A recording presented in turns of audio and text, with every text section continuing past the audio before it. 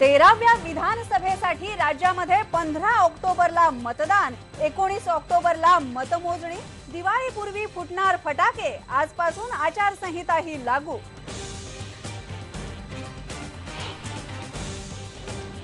15 ऑक्टोबरलाच होणार बीड लोकसभेची पोटनिवडणूक। महाराष्ट्रासोबतच हरियाणामध्येही विधानसभेसाठी होणार मतदान।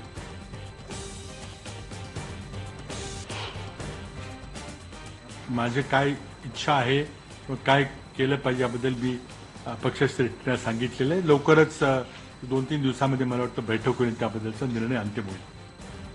मुख्यमंत्र्यांच्या मतदारसंघाचा घोळ 2-3 दिवसात सुटणार, आपली इच्छा पक्षश्रेष्ठींना सांगितल्याचा मुख्यमंत्र्यांचा खुलासा। तर काँग्रेस आणि राष्ट्रवादी एकत्रच लढवणार निवडणूक।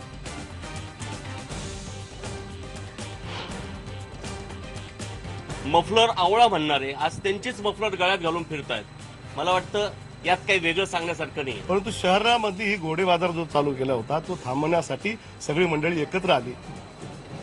काँग्रेस आणि राष्ट्रवादीच्या मदतीनं मनसेनं राखला नाशिकचा गड। नव्या नाशिक पॅटर्नवर शिवसेनेची कडाडून टीका। तर उघड किंवा छुपी मदत कुणाला करायची हे त्यांनीच ठरवावं, मुख्यमंत्र्यांचा मनसेला टोला।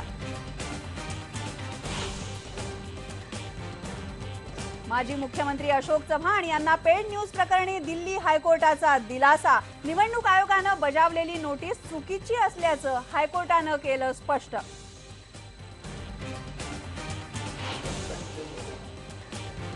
लातूर जिल्ह्यातल्या कोपरामध्ये दोन्ही पायांनी अपंग असलेल्या महिलेवर बलात्काराची धक्कादायक घटना। आरोपीनं महिलेला जिवंत जाळण्याचाही केला प्रयत्न, आरोपीला अटक।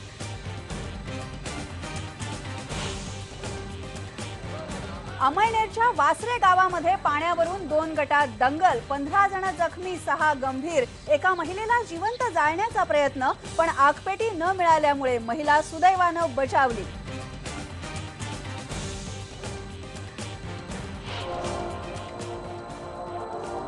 आणि डॉक्टर प्रकाश बाबा आमटे हा चित्रपट 10 ऑक्टोबरला होणार रिलीज। आमटे दाम्पत्याची संघर्ष यात्रा रुपेरी पडद्यावर।